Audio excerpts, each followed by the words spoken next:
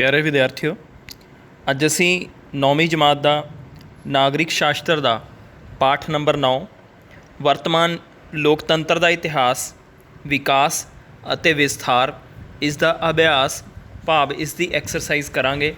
Exercise ਕਰਨ ਤੋਂ ਪਹਿਲਾਂ, ਅਭਿਆਸ ਕਰਨ ਤੋਂ ਪਹਿਲਾਂ, ਪ੍ਰਸ਼ਨ ਉੱਤਰ ਕਰਨ ਤੋਂ ਪਹਿਲਾਂ ਅਸੀਂ ਇੱਕ ਵਾਰ ਇਹਦੇ 'ਤੇ ਝਾਤ ਮਾਰਾਂਗੇ ਕਿ ਅਸੀਂ ਪਹਿਲੇ ਦੋ ਜਿਹੜੇ ਸਾਡੇ ਪਾਰਟ ਸੀਗੇ ਉਹਨਾਂ ਦੋਨੇ ਪਾਰਟਸ ਦੇ ਵਿੱਚ ਅਸੀਂ ਕੀ ਪੜ੍ਹਿਆ ਸੀਗਾ। ਵਰਤਮਾਨ ਲੋਕਤੰਤਰ ਦੇ ਇਤਿਹਾਸ, ਵਿਕਾਸ ਅਤੇ ਵਿਸਥਾਰ ਦੇ ਵਿੱਚ ਅਸੀਂ ਪੜ੍ਹਿਆ ਸੀਗਾ ਕਿ ਪ੍ਰਾਚੀਨ ਕਾਲ ਤੋਂ ਲੈ ਕੇ ਆਧੁਨਿਕ ਕਾਲ ਤੱਕ ਵਿਸ਼ਵ ਵਿੱਚ ਕਈ ਪ੍ਰਕਾਰ ਦੀਆਂ ਸ਼ਾਸਨ ਪ੍ਰਣਾਲੀਆਂ ਪ੍ਰਚਲਿਤ ਹੋਈਆਂ, ਜਿਨ੍ਹਾਂ ਵਿੱਚ ਰਾਜਤੰਤਰ, ਸੱਤਾਵਾਦੀ, ਸਰਵ ਸੱਤਾਵਾਦੀ, ਤਾਨਾਸ਼ਾਹੀ ਅਤੇ ਸੈਨਿਕ ਤਾਨਾਸ਼ਾਹੀ ਪ੍ਰਮੁੱਖ ਸਨ।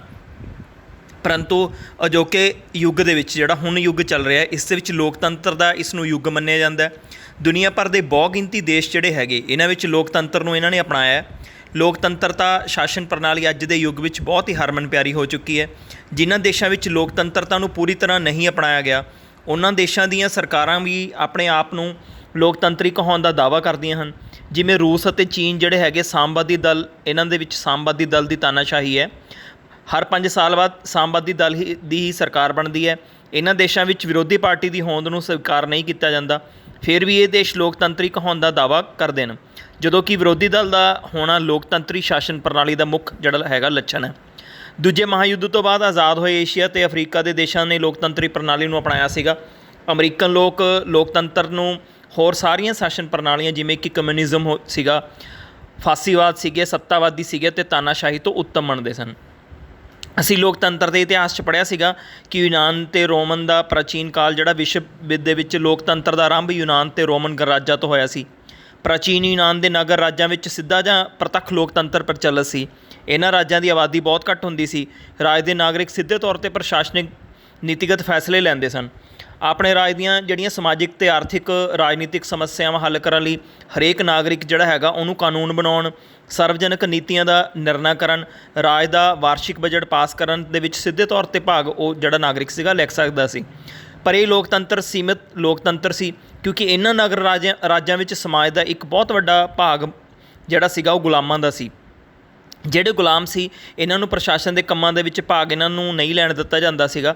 ਰੋਮਨ ਰਾਜਾਂ ਵਿੱਚ ਵੀ ਪਿਆਰੇ ਵਿਦਿਆਰਥੀਓ, ਭਾਵੇਂ ਰਾਜ ਲੋਕਾਂ ਦੁਆਰਾ ਚੁਣਿਆ ਜਾਂਦਾ ਸੀ ਰਾਜਾ, ਪਰ ਰਾਜਾ ਜਿਹੜਾ ਹੈਗਾ ਪ੍ਰਸ਼ਾਸਨ ਆਪਣੀ ਇੱਛਾ ਅਨੁਸਾਰ ਚਲਾਉਂਦਾ ਸੀ। ਸਿਧਾਂਤਕ ਤੌਰ 'ਤੇ ਰਾਜੇ ਜਿਹੜੇ ਸੀਗੇ ਉਹ ਲੋਕਾਂ ਦੇ ਪ੍ਰਤੀਨਿਧਤਾ ਕਰਦੇ ਸਨ, ਪਰ ਅਸਲੀ ਰੂਪ ਵਿੱਚ ਜੇ ਅਸੀਂ ਅਸਲੀ ਰੂਪ ਦੀ ਗੱਲ ਕਰੀਏ ਤਾਂ ਰਾਜਾ ਆਪਣੀ ਇੱਛਾ ਅਨੁਸਾਰ ਹੀ ਪ੍ਰਸ਼ਾਸਨ ਚਲਾਉਂਦਾ ਸੀ। ਅਸੀਂ ਇਹ ਵੀ ਪੜ੍ਹਿਆ ਸੀਗਾ ਕਿ ਭਾਰਤ ਦਾ ਜਿਹੜਾ ਪ੍ਰਾਚੀਨ ਕਾਲ ਸੀਗਾ ਉਸ ਦੇ ਵਿੱਚ ਕੁਝ ਰਾਜਾਂ ਵਿੱਚ ਸਵਰਾਜ ਦੇ ਸਿਧਾਂਤ ਨੂੰ ਅਪਣਾਇਆ ਗਿਆ ਸੀ। ਚੌਲ ਵੰਸ਼ ਦੇ ਰਾਜ ਜਿਹੜੇ ਸੀ, ਰਾਜ ਕਾਲ ਵਿੱਚ ਹੇਠਲੇ ਪੱਧਰ 'ਤੇ ਲੋਕਤੰਤਰ ਦੀਆਂ ਉਦਾਹਰਨਾਂ ਮਿਲਦੀਆਂ ਹਨ। ਚੌਲ ਰਾਜਿਆਂ ਨੇ ਪ੍ਰਸ਼ਾਸਨ ਨੂੰ ਕੁਸ਼ਲਤਾਪੂਰਵਕ ਚਲਾਉਣ ਲਈ ਰਾਜ ਨੂੰ ਅੱਗੇ ਛੋਟੀਆਂ ਛੋਟੀਆਂ ਇਕਾਈਆਂ ਵਿੱਚ ਵੰਡਿਆ ਹੋਇਆ ਸੀ, ਜਿਵੇਂ ਕਿ ਮੰਡਲਮ ਅਸੀਂ ਪੜ੍ਹਿਆ ਸੀਗਾ, ਬਲਾਡੂ, ਨਾਇਡੂ ਅਤੇ ਇਹ ਜਿਹੜੇ ਹੈਗੇ ਉਰ ਵੀ ਸੀਗੇ। ਉਰ ਪ੍ਰਸ਼ਾਸਨਿਕ ਇਕਾਈਆਂ ਦੇ ਵਿੱਚ ਉੱਤਰ ਦੇ ਕ੍ਰਮ ਅਨੁਸਾਰ ਸਨ। ਚੌਲ ਵੰਸ਼ ਦੇ ਰਾਜਿਆਂ ਦੀ ਇਹ ਇੱਕ ਖਾਸ ਵਿਸ਼ੇਸ਼ਤਾ ਸੀਗੀ ਕਿ ਉਹਨਾਂ ਨੇ ਜਿਹੜੀਆਂ ਉੱਪਰਲੀਆਂ ਮੈਂ ਤੁਹਾਨੂੰ ਦੱਸਿਆ ਕਿ ਮੰਡਲਮ, ਬਲਾਡੂ, ਨਾਇਡੂ ਅਤੇ ਉਰ, ਇਹਨਾਂ ਪ੍ਰਸ਼ਾਸਨਿਕ ਇਕਾਈਆਂ ਨੂੰ ਖੁਦ ਮੁਖਤਿਆਰੀ ਜਾਂ ਸਵੈ ਸ਼ਾਸਨ ਚਲਾਉਣ ਦੀਆਂ ਸ਼ਕਤੀਆਂ ਦਿੱਤੀਆਂ ਹੋਈਆਂ ਸਨ। ਚੌਲ ਰਾਜਿਆਂ ਦੇ ਸਮੇਂ ਸਥਾਨਕ ਪ੍ਰਬੰਧ ਚਲਾਉਣ ਲਈ ਕਮੇਟੀ ਸਿਸਟਮ ਲਾਗੂ ਸੀ, ਜਿਸ ਨੂੰ ਵਰਿਆਮ ਪ੍ਰਣਾਲੀ ਕਹਿੰਦੇ ਸਨ। ਵੱਖ-ਵੱਖ ਕੰਮਾਂ ਲਈ ਵੱਖ-ਵੱਖ ਕਮੇਟੀਆਂ ਜਿਹੜੀਆਂ ਸੀਗੀਆਂ ਉਹ ਬਣਾਈਆਂ ਜਾਂਦੀਆਂ ਸੀ, ਜਿਵੇਂ ਕਰ ਕਮੇਟੀ, ਸਫਾਈ ਦੇ ਪ੍ਰਬੰਧ ਲਈ ਕਮੇਟੀ, ਠੀਕ ਹੈ ਜੀ, ਪਾਣੀ ਦੇ ਪ੍ਰਬੰਧ ਲਈ ਕਮੇਟੀ, ਨਿਆਂ ਦੇ ਕੰਮਾਂ ਲਈ ਕਮੇਟੀ। ਤਾਂ ਪ੍ਰਸ਼ਾਸਨ ਦੀ ਸਭ ਤੋਂ ਛੋਟੀ ਇਕਾਈ ਜਿਹੜੀ ਸੀਗੀ ਉਹ ਉਰ ਸੀ, ਜੋ ਕਿ ਅੱਜ ਕੱਲ੍ਹ ਪਿੰਡਾਂ ਦੀ ਤਰ੍ਹਾਂ ਸੀਗੀ। ਅੱਗੇ ਅਸੀਂ ਮੱਧਕਾਲ ਦੇ ਵਿੱਚ ਪੜ੍ਹਿਆ ਸੀਗਾ ਕਿ ਯੂਰਪ ਵਿੱਚ 5ਵੀਂ ਸਦੀ ਤੋਂ 15ਵੀਂ ਸਦੀ ਤੱਕ ਦੇ ਫਾਸਲੇ ਨੂੰ ਮੱਧਕਾਲ ਦਾ ਯੁੱਗ ਮੰਨਿਆ ਜਾਂਦਾ। ਭਾਰਤ ਵਿੱਚ ਇਹ ਕਾਲ ਜਿਹੜਾ ਹੈਗਾ 7ਵੀਂ ਸਦੀ ਤੋਂ ਲੈ ਕੇ 18ਵੀਂ ਸਦੀ ਤੱਕ ਮੰਨਿਆ ਜਾਂਦਾ। ਇਸ ਕਾਲ ਦੇ ਵਿੱਚ ਸਾਮੰਤਵਾਦ ਦਾ ਕਾਲ ਵੀ ਇਸ ਨੂੰ ਕਿਹਾ ਜਾਂਦਾ। ਸਾਮੰਤਵਾਦ ਇੱਕ ਆਰਥਿਕ ਅਤੇ ਸਮਾਜਿਕ ਵਿਵਸਥਾ ਸੀਗੀ। ਰਾਜਾ ਸਾਮੰਤਾਂ ਨੂੰ ਭੂਮੀ ਵੰਡ ਦਿੰਦਾ ਸੀ। ਭੂਮੀ ਬਦਲੇ ਰਾਜਾ ਸਾਮੰਤਾਂ ਤੋਂ ਸੈਨਿਕ ਅਤੇ ਆਰਥਿਕ ਸਹਾਇਤਾ ਪ੍ਰਾਪਤ ਕਰਦਾ ਸੀ। ਸਾਮੰਤ ਅੱਗੇ ਕਾਸ਼ਤਕਾਰਾਂ ਨੂੰ ਭੂਮੀ ਵੰਡਦੇ ਸਨ। ਕਾਸ਼ਤਕਾਰਾਂ ਨੂੰ ਭੂਮੀ ਦੀ ਉਪਜ ਦਾ ਬਹੁਤ ਥੋੜ੍ਹਾ ਹਿੱਸਾ ਦਿੱਤਾ ਜਾਂਦਾ ਸੀ। ਸਾਮੰਤ ਅਤਿਆਚਾਰੀ ਹੁੰਦੇ ਸਨ। ਇਸ ਯੁੱਗ ਨੂੰ ਹਨੇਰੇ ਦਾ ਯੁੱਗ ਵੀ ਕਿਹਾ ਜਾਂਦਾ। ਅੱਗੇ ਅਸੀਂ ਆਧੁਨਿਕ ਕਾਲ ਪੜ੍ਹਿਆ ਸੀਗਾ। ਰਾਜਿਆਂ ਦੀਆਂ ਨਿਰੰਤਰ ਜਿਹੜੀਆਂ ਸੀਗੀਆਂ ਦਮਨਕਾਰੀ ਨੀਤੀਆਂ ਵਿਰੁੱਧ ਯੂਰਪ ਵਿੱਚ ਵਿਰੋਧੀ ਪ੍ਰਕਿਰਿਆ ਸ਼ੁਰੂ ਹੋਈ। ਮੌਂਟੈਕਸਿਕੋ, ਵੋਲਟੇਅਰ ਅਤੇ ਰੂਸੋ ਵਰਗੇ ਵਿਦਵਾਨਾਂ ਨੇ ਨਵੇਂ ਵਿਚਾਰਾਂ ਨੇ ਰਾਜਿਆਂ ਦੀ ਜਨਤਾ ਉੱਤੇ ਪਕੜ ਨੂੰ ਕਮਜ਼ੋਰ ਕਰਤਾ। ਰਾਜਿਆਂ ਦੇ ਦੈਵੀ ਅਧਿਕਾਰਾਂ ਨੂੰ ਇੰਗਲੈਂਡ ਦੀ ਸੰਸਦ ਨੇ ਚੁਣੌਤੀ ਦਿੱਤੀ। ਰਾਜਤੰਤਰ ਨੂੰ ਸੰਵਿਧਾਨਿਕ ਬਣਾਉਣ ਦੇ ਉਦੇਸ਼ ਨਾਲ ਰਾਜੇ ਦੀਆਂ ਸ਼ਕਤੀਆਂ ਨੂੰ ਕਾਫੀ ਹੱਦ ਤੱਕ ਸੀਮਤ ਕਰ ਦਿੱਤਾ। ਅਖੀਰ ਵਿੱਚ ਸੰਸਦੀ ਲੋਕਤੰਤਰ ਦੀ ਜਿੱਤ ਹੋਈ। ਇੰਗਲੈਂਡ ਨੇ ਦੁਨੀਆ ਦੇ ਲੋਕਾਂ ਨੂੰ ਸੰਸਦੀ ਲੋਕਤੰਤਰ ਅਪਣਾਉਣ ਲਈ ਪ੍ਰੇਰਿਆ ਅਤੇ ਲੋਕਤੰਤਰੀ ਆਦਰਸ਼ਾਂ ਨੂੰ ਸਥਾਪਿਤ ਕੀਤਾ। ਅਸੀਂ ਪੜ੍ਹਿਆ ਸੀਗਾ ਕਿ ਲੋਕਤੰਤਰ ਵਿੱਚ ਸ਼ਾਸਨ ਕਰਨ ਦੀ ਅੰਤਿਮ ਸ਼ਕਤੀ ਲੋਕਾਂ ਦੇ ਚੁਣੇ ਹੋਏ ਨੇਤਾਵਾਂ ਕੋਲ ਹੁੰਦੀ ਹੈ। ਲੋਕਾਂ ਨੂੰ ਆਪਣੀ ਪਸੰਦ ਦਾ ਨੇਤਾ ਚੁਣਨ ਦੀ ਆਜ਼ਾਦੀ ਹੁੰਦੀ ਹੈ। ਤਾਂ ਸੀਲੇ ਨੇ ਇਹਦੀ ਪਰਿਭਾਸ਼ਾ ਦਿੱਤੀ ਸੀਗੀ ਕਿ ਲੋਕਤੰਤਰ ਅਜਿਹੀ ਸਰਕਾਰ ਹੈ ਜਿਸ ਵਿੱਚ ਹਰ ਇੱਕ ਵਿਅਕਤੀ ਦਾ ਹਿੱਸਾ ਹੁੰਦਾ ਹੈ। ਯੂਨਾਨ ਦੇ ਪ੍ਰਸਿੱਧ ਲੇਖਕ ਹੈਰੋਡੋਟਸ ਅਨੁਸਾਰ ਪ੍ਰਜਾਤੰਤਰ ਇੱਕ ਅਜਿਹਾ ਸ਼ਾਸਨ ਹੈ ਜਿਸ ਵਿੱਚ ਸਭ ਤੋਂ ਉੱਚੀ ਸ਼ਕਤੀ ਲੋਕਾਂ ਕੋਲ ਹੁੰਦੀ ਹੈ। ਲਾਰਡ ਬ੍ਰਾਈਸ ਨੇ ਵੀ ਕਿਹਾ ਸੀਗਾ ਕਿ ਲੋਕਤੰਤਰ ਉਹ ਸ਼ਾਸਨ ਹੈ ਜਿਸ ਵਿੱਚ ਰਾਜ ਦੀ ਸ਼ਾਸਨ ਸ਼ਕਤੀ ਕਿਸੇ ਵਿਸ਼ੇਸ਼ ਸ਼੍ਰੇਣੀ ਜਾਂ ਸ਼੍ਰੇਣੀਆਂ ਦੇ ਹੱਥਾਂ ਵਿੱਚ ਨਹੀਂ, ਸਗੋਂ ਸਮੁੱਚੇ ਸਮਾਜ ਦੇ ਹੱਥਾਂ ਵਿੱਚ ਹੁੰਦੀ ਹੈ। ਤਾਂ ਅਸੀਂ ਅਮਰੀਕਾ ਵਿੱਚ ਸਥਾਪਿਤ ਅੰਗਰੇਜ਼ ਬਸਤੀਆਂ ਜਿਹੜੀਆਂ ਸੀਗੀਆਂ ਉਹਨਾਂ ਨੇ ਅੰਗਰੇਜ਼ਾਂ ਦੀ ਨਿਰਕੁਸ਼ ਤੰਤਰ ਵਿਰੁੱਧ ਜਿਹੜਾ ਸੀਗਾ ਉਹਦੇ ਵਿੱਚ ਆਵਾਜ਼ ਉਠਾਈ। 1775 ਤੋਂ 1783 ਈਸਵੀ ਤੱਕ ਦੀ ਕ੍ਰਾਂਤੀ ਤੋਂ ਬਾਅਦ ਅੰਗਰੇਜ਼ ਹਕੂਮਤ ਨੂੰ ਅੰਗਰੇਜ਼ੀ ਹਕੂਮਤ ਤੋਂ ਆਜ਼ਾਦੀ ਪ੍ਰਾਪਤ ਕੀਤੀ। ਸੰਯੁਕਤ ਰਾਜ ਅਮਰੀਕਾ ਨੇ ਜਨਤਕ ਪ੍ਰਭੂਸੱਤਾ ਦੇ ਅਧਿਕਾਰਾਂ ਲਈ ਪਿੱਠ ਭੂਮੀ ਤਿਆਰ ਕੀਤੀ। ਅਮਰੀਕਾ ਨੇ ਲੋਕਤੰਤਰੀ ਸੰਵਿਧਾਨ ਦੀ ਰਚਨਾ ਕੀਤੀ। ਫਰਾਂਸ ਵਿੱਚ ਜਿਹੜਾ ਸੀਗਾ ਕ੍ਰਾਂਤੀ ਆਈ ਅਤੇ ਕ੍ਰਾਂਤੀ ਤੋਂ ਬਾਅਦ ਰਾਜਤੰਤਰ ਖਤਮ ਹੋ ਗਿਆ ਅਤੇ ਫਰਾਂਸ ਗਣਤੰਤਰ ਦੇਸ਼ ਬਣ ਗਿਆ। ਫਰਾਂਸ ਨੇ ਲੋਕਤੰਤਰ ਪ੍ਰਣਾਲੀ ਨੂੰ ਚੁਣਿਆ। ਅੱਗੇ ਲੋਕਤੰਤਰ ਦਾ ਜਿਹੜਾ ਸੁਨਹਿਰੀ ਯੁੱਗ ਸੀਗਾ ਉਹ 20ਵੀਂ ਸਦੀ ਜਿਹੜੀ ਹੈਗੀ ਇਸ ਨੂੰ ਲੋਕਤੰਤਰ ਦਾ ਸੁਨਹਿਰੀ ਯੁੱਗ ਕਿਹਾ ਜਾਂਦਾ ਹੈ। ਯੂਰਪ ਦੇ ਲੋਕਾਂ ਦਾ ਲੋਕਤੰਤਰ ਵਿੱਚ ਰੁਝਾਨ ਸ਼ੁਰੂ ਹੋਇਆ।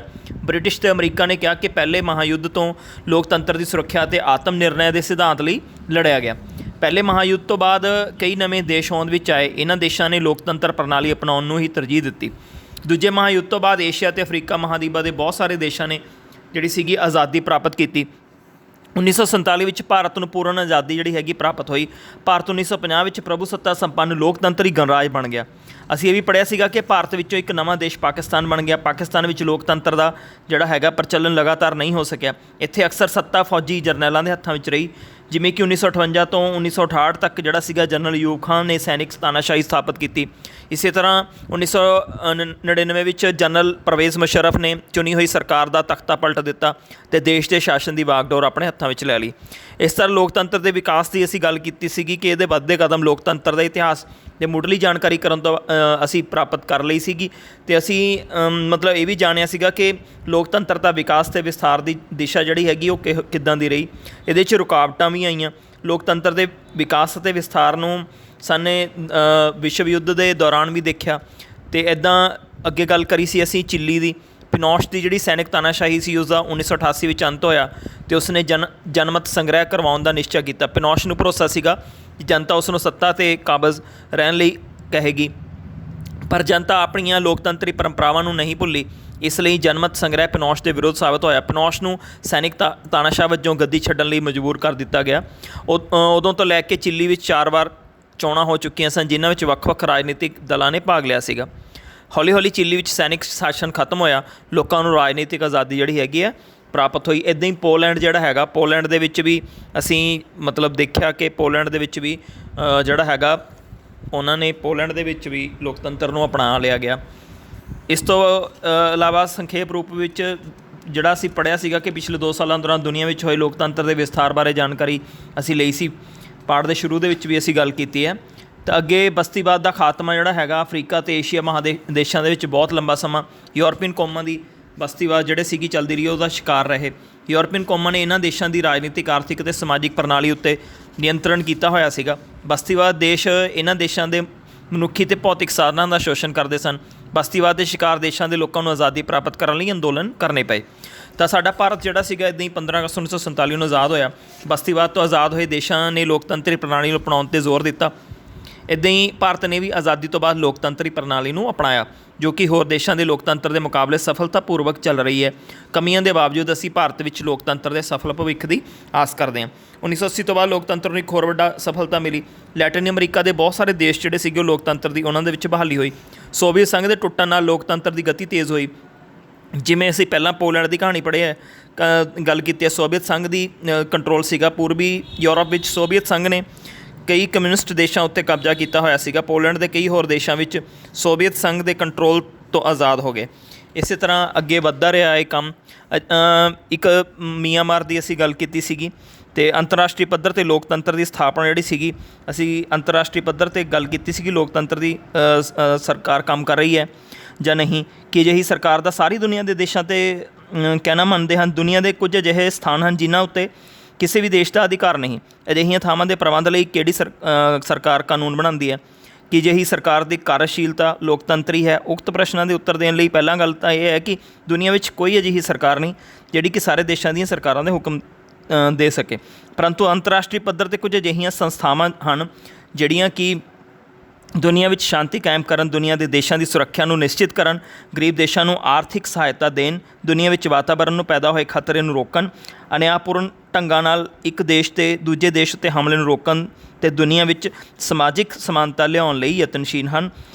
ਇਹ ਜਿਹੜੀਆਂ ਸੰਸਥਾਵਾਂ ਹਨ, IMF ਹੈ ਅਤੇ ਇਹ ਰਾਸ਼ਟਰੀ ਸੰਸਥਾਵਾਂ ਹਨ, ਵਰਲਡ ਬੈਂਕ ਹੈ।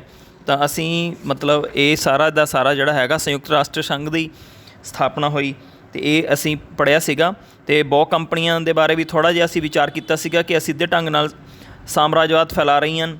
ਇਹ ਕੰਪਨੀਆਂ ਜਿਹੜੀਆਂ ਹੈਗੀਆਂ ਵਿਸ਼ਵੀਕਰਨ ਦੇ ਵਿੱਚ ਵੀ ਯੋਗਦਾਨ ਇਹਨਾਂ ਨੇ ਪਾਇਆ। ਤਾਂ ਹੁਣ ਅਸੀਂ ਇਸ ਪਾਠ ਦੀ ਦੁਹਰਾਈ ਤੋਂ ਬਾਅਦ ਅਸੀਂ ਗੱਲ ਕਰਾਂਗੇ ਅਭਿਆਸ ਦੀ। ਤਾਂ ਪਿਆਰੇ ਵਿਦਿਆਰਥੀਓ, ਤੁਹਾਡੀ ਸਕਰੀਨ 'ਤੇ ਪਹਿਲਾ ਕੁਐਸਚਨ ਜਿਹੜਾ ਹੈਗਾ ਉਹ ਆ ਰਿਹਾ ਹੈ ਅਭਿਆਸ ਦਾ। ਖਾਲੀ ਥਾਂ ਭਰਨੀ ਹੈ ਤੁਸੀਂ। ਚੌਲ ਰਾਜਿਆਂ ਸਮੇਂ ਪ੍ਰਸ਼ਾਸਨ ਦੀ ਸਭ ਤੋਂ ਛੋਟੀ ਇਕਾਈ ਡੈਸ਼ ਸੀ। ਤਾਂ ਅਸੀਂ ਹੁਣੇ ਰਿਵੀਜ਼ਨ ਵੀ ਕੀਤੀ ਸੀਗੀ, ਤਾਂ ਤੁਸੀਂ ਆਪਣਾ ਜਵਾਬ ਨੋਟ ਕਰ ਸਕਦੇ ਹੋ ਕਿ ਚੌਲ ਰਾਜਿਆਂ ਸਮੇਂ ਪ੍ਰਸ਼ਾਸਨ ਦੀ ਸਭ ਤੋਂ ਛੋਟੀ ਇਕਾਈ ਡੈਸ਼ ਸੀ। ਤਾਂ ਇਹਦਾ ਉੱਤਰ ਹੈ ਉਰ। ਦੂਜਾ ਪ੍ਰਸ਼ਨ ਤੁਹਾਡੀ ਸਕਰੀਨ 'ਤੇ ਹੈਗਾ, ਖਾਲੀ ਥਾਂ ਹੈ, ਚਿਲੀ ਵਿੱਚ ਸੋਸ਼ਲਿਸਟ ਪਾਰਟੀ ਦੀ ਅਗਵਾਈ ਡੈਸ਼ ਨੇ ਕੀਤੀ। ਮੈਂ ਅਭਿਆਸ ਦਾ ਪ੍ਰਸ਼ਨ ਰਿਪੀਟ ਕਰ ਰਿਹਾ, ਦੁਹਰਾ ਰਿਹਾ। ਚਿਲੀ ਵਿੱਚ ਸੋਸ਼ਲਿਸਟ ਪਾਰਟੀ ਦੀ ਅਗਵਾਈ ਡੈਸ਼ ਨੇ ਕੀਤੀ। ਤਾਂ ਪਿਆਰੇ ਬੱਚਿਓ, ਤੁਸੀਂ ਆਪਣਾ ਉੱਤਰ ਨੋਟ ਕਰ ਸਕਦੇ ਹੋ। ਇਸ ਤੋਂ ਬਾਅਦ ਮੈਂ ਉੱਤਰ ਬੋਲਾਂਗਾ। ਚਿਲੀ ਵਿੱਚ ਸੋਸ਼ਲਿਸਟ ਪਾਰਟੀ ਦੀ ਅਗਵਾਈ ਡੈਸ਼ ਨੇ ਕੀਤੀ। ਤਾਂ ਅਲੈਂਡੇ ਜਿਹੜਾ ਸੀਗਾ, ਅਲੈਂਡੇ ਨੇ ਚਿਲੀ ਵਿੱਚ ਸੋਸ਼ਲਿਸਟ ਪਾਰਟੀ ਦੀ ਅਗਵਾਈ ਕੀਤੀ ਸੀ। ਅੱਗੇ ਅਸੀਂ ਅਗਲੀ ਜਿਹੜੀ ਸਲਾਈਡ ਹੈ ਉਸ ਦੇ ਉੱਪਰ ਅਗਲੇ ਕੁਐਸਚਨ ਕਰਾਂਗੇ। ਅਗਲਾ ਸਾਡੇ ਕੋਲ ਠੀਕ ਗਲਤ ਹੈ। ਤਾਂ ਠੀਕ ਗਲਤ ਲਈ ਪਹਿਲਾ ਜਿਹੜਾ ਸਾਡੇ ਕੋਲ ਸਟੇਟਮੈਂਟ ਹੈ, ਭਾਰਤ ਸੰਯੁਕਤ ਰਾਸ਼ਟਰ ਸੰਘ ਦੀ ਸੁਰੱਖਿਆ ਪ੍ਰੀਸ਼ਦ ਦਾ ਸਥਾਈ ਮੈਂਬਰ ਹੈ। ਠੀਕ ਗਲਤ ਲਈ ਸਾਡੇ ਕੋਲ ਸਟੇਟਮੈਂਟ ਹੈ ਨੰਬਰ 1, ਭਾਰਤ ਸੰਯੁਕਤ ਰਾਸ਼ਟਰ ਸੰਘ ਦੀ ਸੁਰੱਖਿਆ ਪ੍ਰੀਸ਼ਦ ਦਾ ਸਥਾਈ ਮੈਂਬਰ ਹੈ। ਤਾਂ ਤੁਸੀਂ ਜਵਾਬ ਦੱਸਣਾ ਕਿ ਠੀਕ ਹੈ ਜਾਂ ਗਲਤ। ਤਾਂ ਇਹਦਾ ਉੱਤਰ ਜਿਹੜਾ ਹੈਗਾ ਇਹ ਗਲਤ ਹੈ। ਦੂਜੀ ਸਟੇਟਮੈਂਟ ਹੈਗੀ, ਸਾਡੇ ਗੁਆਂਢੀ ਦੇਸ਼ ਪਾਕਿਸਤਾਨ ਵਿੱਚ ਲੋਕਤੰਤਰ ਲਗਾਤਾਰ ਚੱਲ ਰਿਹਾ ਹੈ। ਸਟੇਟਮੈਂਟ ਇਹ ਹੈ ਕਿ ਸਾਡੇ ਗੁਆਂਢੀ ਦੇਸ਼ ਪਾਕਿਸਤਾਨ ਵਿੱਚ ਲੋਕਤੰਤਰ ਲਗਾਤਾਰ ਚੱਲ ਰਿਹਾ ਹੈ। ਤਾਂ ਇਹਦਾ ਉੱਤਰ ਜਿਹੜਾ ਹੈਗਾ ਉਹ ਗਲਤ ਹੈ, ਕਿਉਂਕਿ ਪਾਕਿਸਤਾਨ ਦੇ ਵਿੱਚ ਲੋਕਤੰਤਰ ਜਿਹੜਾ ਹੈਗਾ ਉਹ ਲਗਾਤਾਰ ਨਹੀਂ ਚੱਲ ਰਿਹਾ। ਅਸੀਂ ਪੜ੍ਹਿਆ ਸੀਗਾ ਕਿ ਵਿੱਚ ਜਿਹੜੇ ਫੌਜੀ ਅਧਿਕਾਰੀ ਸੀਗੇ ਉਹਨਾਂ ਨੇ, ਸੈਨਿਕਾਂ ਨੇ ਇਹਦੇ 'ਤੇ ਕਬਜ਼ਾ ਕਰ ਲਿਆ ਸੀ। ਅੱਗੇ ਬਹੁ ਵਿਕਲਪੀ ਪ੍ਰਸ਼ਨ ਅਸੀਂ ਕਰਾਂਗੇ। ਤਾਂ ਸਾਡੇ ਕੋਲ ਪਹਿਲਾ ਪ੍ਰਸ਼ਨ ਹੈਗਾ, ਇਹਦੇ 4 ਜਿਹੜੀਆਂ ਆਪਸ਼ਨਸ ਹੈਗੀਆਂ। ਤਾਂ ਮੈਂ ਬੋਲ ਰਿਹਾ, ਹੇਠ ਲਿਖਿਆਂ ਵਿੱਚੋਂ ਕਿਸ ਦੇਸ਼ ਨੇ ਦੁਨੀਆ ਦੇ ਦੇਸ਼ਾਂ ਨੂੰ ਸੰਸਦੀ ਲੋਕਤੰਤਰ ਪ੍ਰਣਾਲੀ ਅਪਣਾਉਣ ਦੀ ਪ੍ਰੇਰਨਾ ਦਿੱਤੀ? ਹੇਠ ਲਿਖਿਆਂ ਵਿੱਚੋਂ ਕਿਸ ਦੇਸ਼ ਨੇ ਦੁਨੀਆ ਦੇ ਦੇਸ਼ਾਂ ਨੂੰ ਸੰਸਦੀ ਲੋਕਤੰਤਰ ਪ੍ਰਣਾਲੀ ਅਪਣਾਉਣ ਦੀ ਪ੍ਰੇਰਨਾ ਦਿੱਤੀ? ਤਾਂ ਇਹਦੇ ਜਿਹੜੀਆਂ ਆਪਸ਼ਨਸ ਹੈਗੀਆਂ ਉਹ ਹੈਗੀਆਂ number 1 Germany, number 2 France, number 3 England, number 4 ਚੀਨ। ਤਾਂ ਇਸ ਦਾ ਉੱਤਰ ਜਿਹੜਾ ਹੈਗਾ ਉਹ ਹੈਗਾ ਇੰਗਲੈਂਡ। ਅਗਲਾ ਸਾਡੇ ਕੋਲ ਬਹੁ ਵਿਕਲਪੀ ਪ੍ਰਸ਼ਨ ਜਿਹੜਾ ਹੈਗਾ ਉਹ ਹੈਗਾ, ਹੇਠ ਲਿਖੇ ਦੇਸ਼ਾਂ ਵਿੱਚੋਂ ਵੀਟੋ ਸ਼ਕਤੀ ਕਿਹੜੇ ਦੇਸ਼ ਕੋਲ ਨਹੀਂ ਹੈ? ਹੇਠ ਲਿਖੇ ਜਿਹੜੇ ਤੁਹਾਡੀ ਸਕਰੀਨ 'ਤੇ ਦੇਸ਼ ਹੈਗੇ, ਹੇਠ ਲਿਖੇ ਦੇਸ਼ਾਂ ਵਿੱਚੋਂ ਵੀਟੋ ਸ਼ਕਤੀ ਕਿਹੜੇ ਦੇਸ਼ ਕੋਲ ਨਹੀਂ ਹੈ? ਤਾਂ ਇਹਦਾ ਪਹਿਲਾ ਆਪਸ਼ਨ ਹੈਗੀ ਹੈ ਭਾਰਤ, ਦੂਜੀ ਆਪਸ਼ਨ ਹੈਗੀ ਹੈ ਅਮਰੀਕਾ, ਤੀਜੀ ਹੈਗੀ ਹੈ ਵਿਕਲਪ ਤੀਜਾ ਫਰਾਂਸ, ਅਤੇ ਚੌਥਾ ਵਿਕਲਪ ਹੈਗਾ ਚੀਨ। ਤਾਂ ਤੁਸੀਂ ਟਿਕ ਕਰ ਸਕਦੇ ਹੋ। ਤਾਂ ਹੇਠ ਲਿਖੇ ਦੇਸ਼ਾਂ ਵਿੱਚੋਂ ਵੀਟੋ ਸ਼ਕਤੀ ਕਿਹੜੇ ਦੇਸ਼ ਕੋਲ ਨਹੀਂ ਹੈ? Option 1 Bharat, option 2 America, option 3 France, option 4 ਚੀਨ। ਤਾਂ ਇਹਦਾ ਉੱਤਰ ਹੈਗਾ ਭਾਰਤ। ਤਾਂ ਇਸ ਤੋਂ ਬਾਅਦ ਅਸੀਂ ਅੱਗੇ ਜਿਹੜੇ ਹੈਗੇ ਆ ਬਹੁਤ ਛੋਟੇ ਉੱਤਰਾਂ ਵਾਲੇ ਪ੍ਰਸ਼ਨ ਕਰਾਂਗੇ। ਤਾਂ ਇਹਨਾਂ ਦੇ ਉੱਤਰ ਜਿਹੜੇ ਹੈਗੇ ਉਹ ਅਸੀਂ ਦੇਖਾਂਗੇ ਇੱਥੇ। ਅੱਜ ਕੱਲ੍ਹ ਦੁਨੀਆ ਦੇ ਜ਼ਿਆਦਾਤਰ ਦੇਸ਼ਾਂ ਵਿੱਚ ਕਿਹੜੀ ਸ਼ਾਸਨ ਪ੍ਰਣਾਲੀ ਅਪਣਾਈ ਜਾ ਰਹੀ ਹੈ? ਅੱਜ ਕੱਲ੍ਹ ਦੁਨੀਆ ਦੇ ਜ਼ਿਆਦਾਤਰ ਦੇਸ਼ਾਂ ਵਿੱਚ ਕਿਹੜੀ ਸ਼ਾਸਨ ਪ੍ਰਣਾਲੀ ਅਪਣਾਈ ਜਾ ਰਹੀ ਹੈ? ਤਾਂ ਇਸ ਦਾ ਉੱਤਰ ਹੈ ਲੋਕਤੰਤਰ। ਅਗਲਾ ਜਿਹੜਾ ਬਹੁਤ ਛੋਟਾ ਪ੍ਰਸ਼ਨ ਹੈ, ਪਹਿਲੇ ਵਿਸ਼ਵ ਯੁੱਧ ਤੋਂ ਬਾਅਦ ਇਟਲੀ ਅਤੇ ਜਰਮਨੀ ਵਿੱਚ ਪ੍ਰਚਲਿਤ ਵਿਚਾਰਧਾਰਾਵਾਂ ਦੇ ਨਾਂ ਲਿਖੋ ਜਿਨ੍ਹਾਂ ਕਾਰਨ ਲੋਕਤੰਤਰ ਨੂੰ ਇੱਕ ਵੱਡਾ ਧੱਕਾ ਲੱਗਾ। ਪਹਿਲੇ ਵਿਸ਼ਵ ਯੁੱਧ ਤੋਂ ਬਾਅਦ ਇਟਲੀ ਅਤੇ ਜਰਮਨੀ ਵਿੱਚ ਪ੍ਰਚਲਿਤ ਵਿਚਾਰਧਾਰਾਵਾਂ ਦੇ ਨਾਂ ਲਿਖੋ ਜਿਨ੍ਹਾਂ ਕਾਰਨ ਲੋਕਤੰਤਰ ਨੂੰ ਇੱਕ ਵੱਡਾ ਧੱਕਾ ਲੱਗਾ। ਤਾਂ ਇਹਦਾ ਉੱਤਰ ਹੈਗਾ ਇਟਲੀ ਵਿੱਚ ਫਾਸੀਵਾਦ ਅਤੇ ਜਰਮਨੀ ਵਿੱਚ ਨਾਜ਼ੀਵਾਦ। ਜਿਹੜੀਆਂ ਵਿਚਾਰਧਾਰਾਵਾਂ ਸੀਗੀਆਂ ਇਹਨਾਂ ਨਾਲ ਲੋਕਤੰਤਰ ਨੂੰ ਇੱਕ ਬਹੁਤ ਵੱਡਾ ਧੱਕਾ ਲੱਗਿਆ ਸੀ। ਅਗਲਾ ਸਾਡੇ ਕੋਲ ਪ੍ਰਸ਼ਨ ਹੈਗਾ ਅਲੈਂਡੇ ਚਿਲੀ ਦੇਸ਼ ਦਾ ਰਾਸ਼ਟਰਪਤੀ ਕਦੋਂ ਚੁਣਿਆ ਗਿਆ?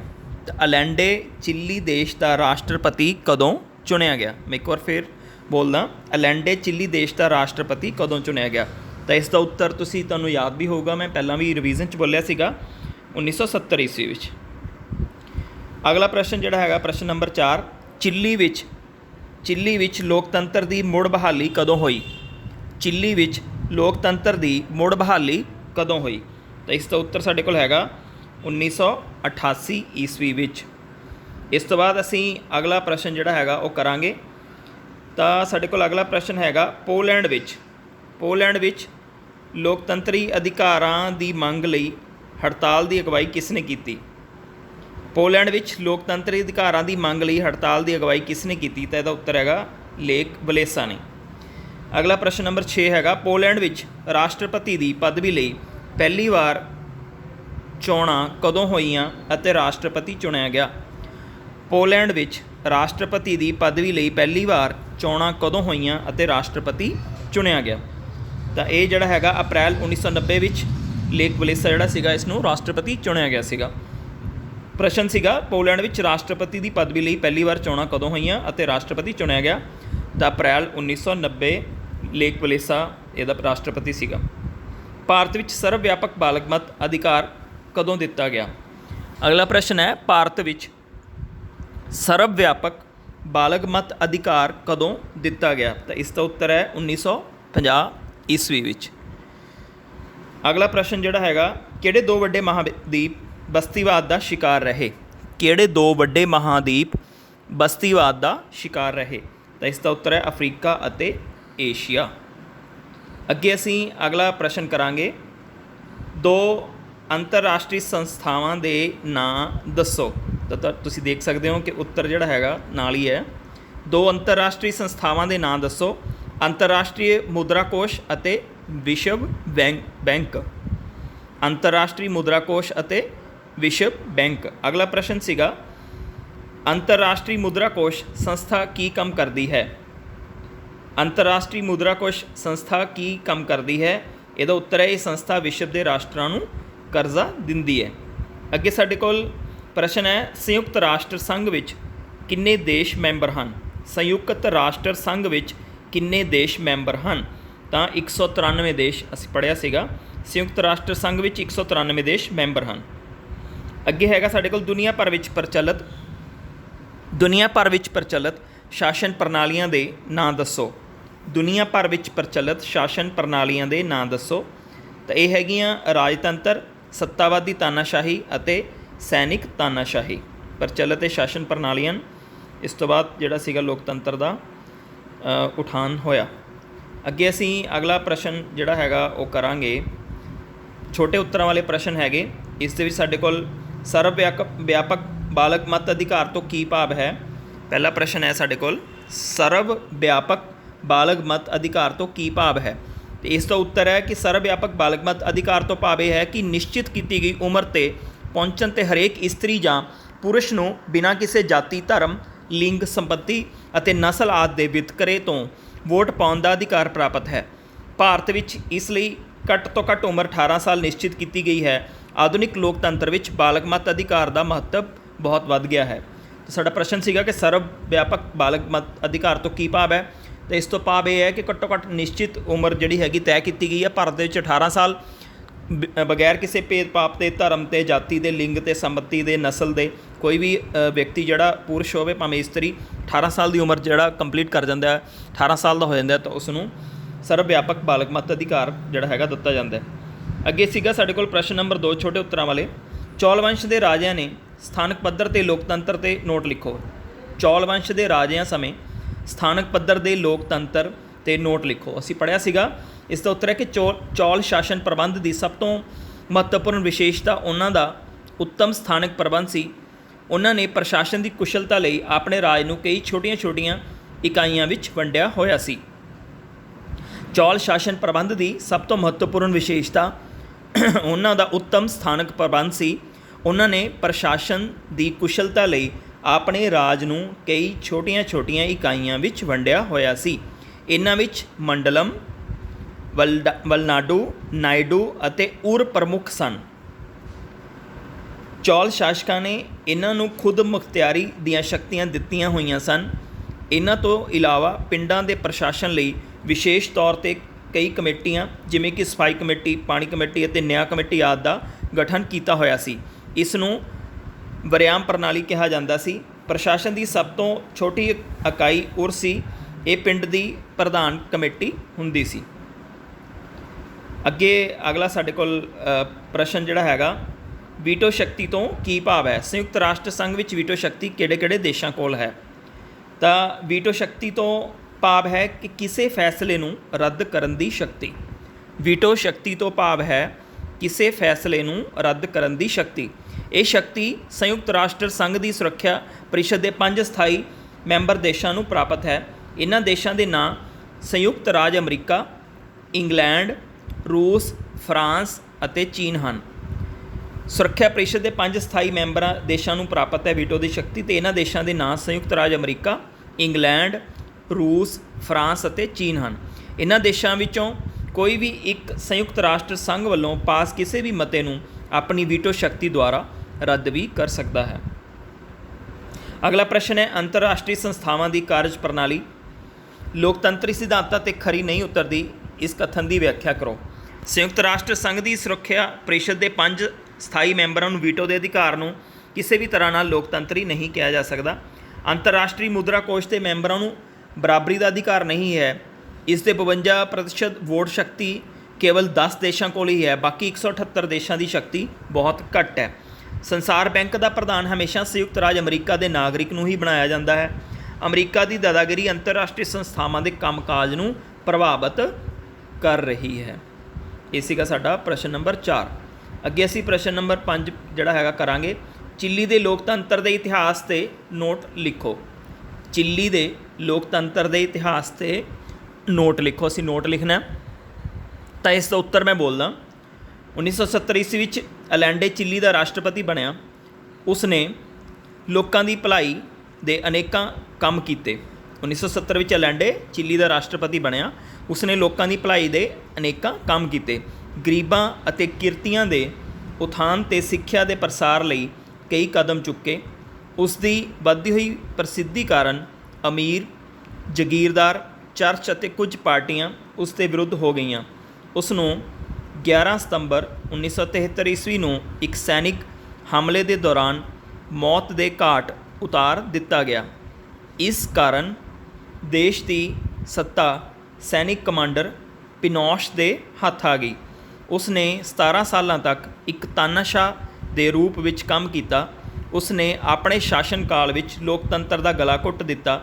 1988 ਈਸਵੀ ਵਿੱਚ ਇੱਕ ਜਨਮਤ ਸੰਗ੍ਰਹਿ ਕਾਰਨ ਉਸ ਦੇ ਸ਼ਾਸਨ ਦਾ ਅੰਤ ਹੋ ਗਿਆ। ਇਸ ਕਾਰਨ ਚਿਲੀ ਵਿੱਚ ਮੁੜ ਲੋਕਤੰਤਰ ਦੀ ਬਹਾਲੀ ਹੋਈ। ਅਗਲਾ ਪ੍ਰਸ਼ਨ ਹੈਗਾ ਸਾਡੇ ਕੋਲ, ਅਫਰੀਕਾ ਮਹਾਦੀਪ ਦੇ ਦੇਸ਼ ਘਾਨਾ ਨੂੰ ਆਜ਼ਾਦ ਕਰਵਾਉਣ ਵਿੱਚ ਕਿਸ ਵਿਅਕਤੀ ਨੇ ਭੂਮਿਕਾ ਨਿਭਾਈ? ਇਹਦਾ ਦੂਜਾ ਪਾਰਟ ਹੈ, ਘਾਨਾ ਦੀ ਆਜ਼ਾਦੀ ਦਾ ਅਫਰੀਕੀ ਦੇਸ਼ਾਂ ਤੇ ਕੀ ਪ੍ਰਭਾਵ ਪਿਆ, ਹੋਰ ਦੇਸ਼ਾਂ 'ਤੇ ਕੀ ਪ੍ਰਭਾਵ ਪਿਆ? ਕਵਾਮੇ ਨਕਰੂਮਾ ਦੀ ਭੂਮਿਕਾ। ਅਫਰੀਕਾ ਦੇ ਦੇਸ਼ ਘਾਨਾ ਨੂੰ ਆਜ਼ਾਦ ਕਰਵਾਉਣ ਵਿੱਚ ਕਵਾਮੇ ਨਕਰੂਮਾ ਨੇ ਮਹੱਤਵਪੂਰਨ ਭੂਮਿਕਾ ਨਿਭਾਈ। ਇਹ ਅਫਰੀਕਾ ਦਾ ਪਹਿਲਾ ਦੇਸ਼ ਸੀ ਜੋ ਕਿ 1957 ਈਸਵੀ ਵਿੱਚ ਅੰਗਰੇਜ਼ਾਂ ਤੋਂ ਸੁਤੰਤਰ ਹੋਇਆ ਸੀ। ਕਵਾਮੇ ਨਕਰੂਮਾ 1957 ਈਸਵੀ ਤੋਂ 1960 ਈਸਵੀ ਤੱਕ ਦੇਸ਼ ਦਾ ਪਹਿਲਾ ਪ੍ਰਧਾਨ ਮੰਤਰੀ ਰਿਹਾ। ਉਹ 1960 ਈਸਵੀ ਤੋਂ 1966 ਈਸਵੀ ਤੱਕ ਘਾਨਾ ਦਾ ਰਾਸ਼ਟਰਪਤੀ ਬਣਿਆ। ਉਸ ਨੇ ਘਾਨਾ ਵਿੱਚ ਕਈ ਆਰਥਿਕ ਸੁਧਾਰਾਂ ਨੂੰ ਲਾਗੂ ਕੀਤਾ। ਸਿੱਟੇ ਵਜੋਂ ਘਾਨਾ ਇੱਕ ਖੁਸ਼ਹਾਲ ਦੇਸ਼ ਬਣਿਆ। ਅਫਰੀਕਾ ਦੇ ਦੇਸ਼ਾਂ 'ਤੇ ਜਿਹੜੇ ਪ੍ਰਭਾਵ ਪਏ, ਅਫਰੀਕਾ ਦੇ ਹੋਰ ਦੇਸ਼ ਘਾਨਾ ਦੀ ਸਫਲਤਾ ਤੋਂ ਬਹੁਤ ਪ੍ਰੇਰਿਤ ਹੋਏ। ਸਿੱਟੇ ਵਜੋਂ ਇਹਨਾਂ ਦੇਸ਼ਾਂ ਨੇ ਆਜ਼ਾਦੀ ਲਈ ਆਪਣਾ ਸੰਘਰਸ਼ ਤੇਜ਼ ਕਰ ਦਿੱਤਾ। ਅਗਲਾ ਸਾਡੇ ਕੋਲ ਪ੍ਰਸ਼ਨ ਹੈ, ਚੌਲ ਵੰਸ਼ ਦੇ ਰਾਜਿਆਂ ਸਮੇਂ ਸਥਾਨਕ ਸੰਸਥਾਵਾਂ ਦੇ ਪ੍ਰਤੀਨਿਧੀਆਂ ਦੀ ਚੋਣ ਕਰਨ ਲਈ ਅਪਣਾਏ ਗਏ ਚੋਣ ਢੰਗ ਦੀ ਵਿਆਖਿਆ ਕਰੋ। ਤਾਂ ਚੌਲ ਵੰਸ਼ ਦੇ ਰਾਜੇ ਦੁਆਰਾ ਸਥਾਨਕ ਸੰਸਥਾਵਾਂ ਦੇ ਪ੍ਰਤੀਨਿਧੀਆਂ ਦੀ ਚੋਣ ਕਰਨ ਲਈ 30 ਮੈਂਬਰ ਦੀ ਕਮੇਟੀ ਬਣਾਈ ਗਈ ਸੀ। ਇਹਨਾਂ ਦੀ ਚੋਣ ਜਿਹੜੀ ਹੈਗੀ ਲੋਕਤੰਤਰੀ ਆਧਾਰ 'ਤੇ ਕੀਤੀ ਜਾਂਦੀ ਸੀ। ਉਰਨੂੰ 30 ਵਾਰਡਾਂ ਵਿੱਚ ਵੰਡਿਆ ਜਾਂਦਾ ਸੀ। ਹਰੇਕ ਵਾਰਡ ਵਿੱਚ ਇੱਕ ਮੈਂਬਰ ਦੀ ਚੋਣ ਕੀਤੀ ਜਾਂਦੀ ਸੀ। ਹਰੇਕ ਵਾਰਡ ਵਿੱਚ ਇੱਕ ਤੋਂ ਵੱਧ ਨਾਮਾਂ ਦੀ ਸਿਫਾਰਿਸ਼ ਕੀਤੀ ਜਾਂਦੀ ਸੀ। ਇਹਨਾਂ ਉਮੀਦਵਾਰਾਂ ਦੇ ਨਾਵਾਂ ਨੂੰ ਖਜੂਰ ਦੇ ਪੱਤਿਆਂ 'ਤੇ ਲਿਖ ਕੇ ਇੱਕ ਡੱਬੇ ਵਿੱਚ ਪਾ ਦਿੱਤਾ ਜਾਂਦਾ ਸੀ। ਇਹਨਾਂ ਨਾਵਾਂ ਨੂੰ ਇੱਕ ਬੱਚੇ ਦੁਆਰਾ ਡੱਬੇ ਵਿੱਚੋਂ ਬਾਹਰ ਕੱਢਿਆ ਜਾਂਦਾ ਸੀ। ਜਿਸ ਵਿਅਕਤੀ ਦਾ ਨਾਂ ਨਿਕਲ ਆਉਂਦਾ ਸੀ ਉਸ ਨੂੰ ਮੈਂਬਰ ਮੰਨ ਲਿਆ ਜਾਂਦਾ ਸੀ। ਅੱਗੇ ਸਾਡੇ ਕੋਲ ਵੱਡੇ ਉੱਤਰਾਂ ਵਾਲੇ ਪ੍ਰਸ਼ਨ ਆ ਗਏ। ਅੰਤਰਰਾਸ਼ਟਰੀ ਮੁਦਰਾ ਕੋਸ਼ 'ਤੇ ਨੋਟ ਲਿਖੋ।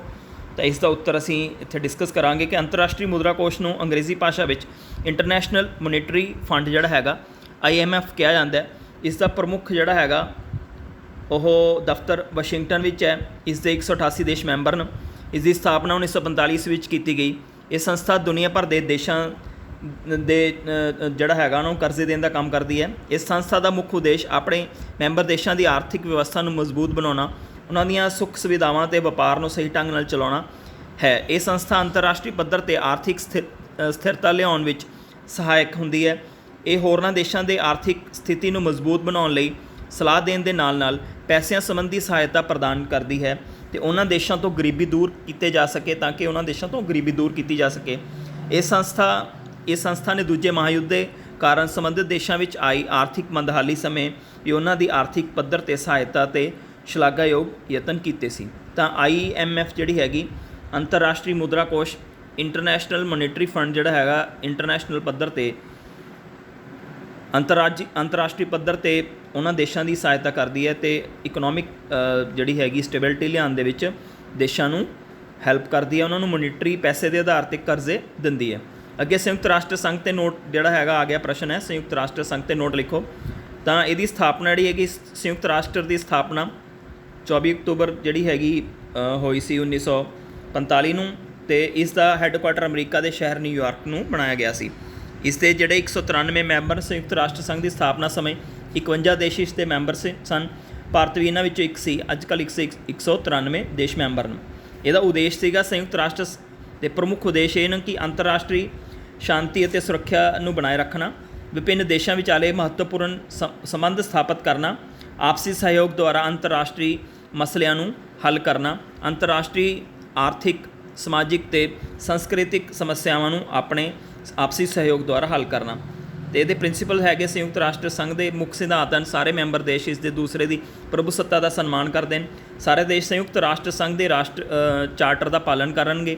ਸਾਰੇ ਦੇਸ਼ ਆਪਣੇ ਝਗੜਿਆਂ ਦਾ ਸ਼ਾਂਤੀਪੂਰਨ ਢੰਗ ਨਾਲ ਹੱਲ ਕਰਨਗੇ।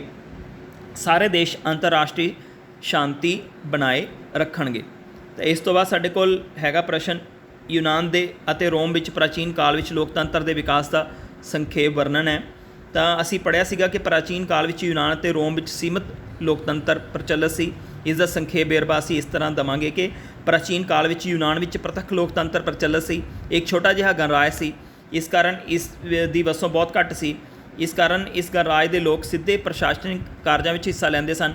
ਆਪਣੇ ਰਾਜ ਦੀਆਂ ਸਮਾਜਿਕ, ਆਰਥਿਕ ਅਤੇ ਰਾਜਨੀਤਿਕ ਸਮੱਸਿਆਵਾਂ ਦਾ ਹੱਲ ਕਰਨ ਲਈ ਹਰੇਕ ਨਾਗਰਿਕ ਕਾਨੂੰਨ ਬਣਾਉਣ, ਜਨਤਕ ਨੀਤੀਆਂ ਬਾਰੇ ਫੈਸਲਾ ਕਰਨ ਅਤੇ ਸਾਲਾਨਾ ਬਜਟ ਪਾਸ ਕਰਨ ਵਿੱਚ ਸਿੱਧੇ ਤੌਰ 'ਤੇ ਆਪ ਹਿੱਸਾ ਲੈਂਦੇ ਸਨ। ਭਾਵੇਂ ਬਾਹਰੋਂ ਵੇਖਣ ਨੂੰ ਇਹ ਇੱਕ ਸਫਲ ਲੋਕਤੰਤਰ ਸੀ, ਪਰ ਅੰਦਰੋਂ ਤਸਵੀਰ ਕੁਝ ਹੋਰ ਸੀ। ਇਸ ਦਾ ਕਾਰਨ ਇਹ ਸੀ ਕਿ ਯੂਨਾਨ ਦੀ ਵਸੋਂ ਦਾ ਇੱਕ ਬਹੁਤ ਵੱਡਾ ਭਾਗ ਦਾਸ ਵਰਗ ਨਾਲ ਸੰਬੰਧਿਤ ਰੱਖਦਾ ਸੀ। ਤਾਂ ਇਹਨਾਂ ਜਿਹੜੇ ਦਾਸ ਸੀਗੇ, ਜਿਹੜੇ ਗੁਲਾਮ ਸੀ, ਇਹਨਾਂ ਦੇ ਪ੍ਰਸ਼ਾਸਨ ਵਿੱਚ ਹਿੱਸਾ ਲੈਣ ਦੇ ਪਾਬੰਦੀ ਲਗਾਈ ਗਈ ਸੀ। ਅੱਗੇ ਰੋਮ ਦੀ ਗੱਲ ਕਰਦੇ ਹਾਂ ਤਾਂ ਰੋਮ ਵਿੱਚ ਵੀ ਪ੍ਰਾਚੀਨ ਕਾਲ ਤੋਂ ਹੀ ਲੋਕਤੰਤਰ ਪ੍ਰਚਲਿਤ ਸੀ।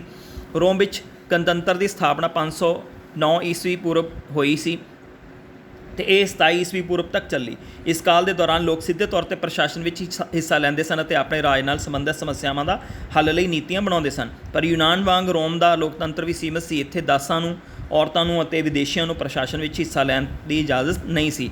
ਕੇਵਲ ਸੀਮਿਤ ਬਾਲਗ ਪੁਰਸ਼ ਜਿਹੜੇ ਸੀਗੇ ਉਹ ਇਸ ਪ੍ਰਸ਼ਾਸਨ ਵਿੱਚ ਹਿੱਸਾ ਲੈਂਦੇ ਸਨ। ਤਾਂ ਇਹ ਸਾਡੇ ਅੱਜ ਦਾ ਅਭਿਆਸ ਸੀਗਾ, ਪ੍ਰਸ਼ਨ ਉੱਤਰ ਸੀਗੇ। ਧੰਨਵਾਦ।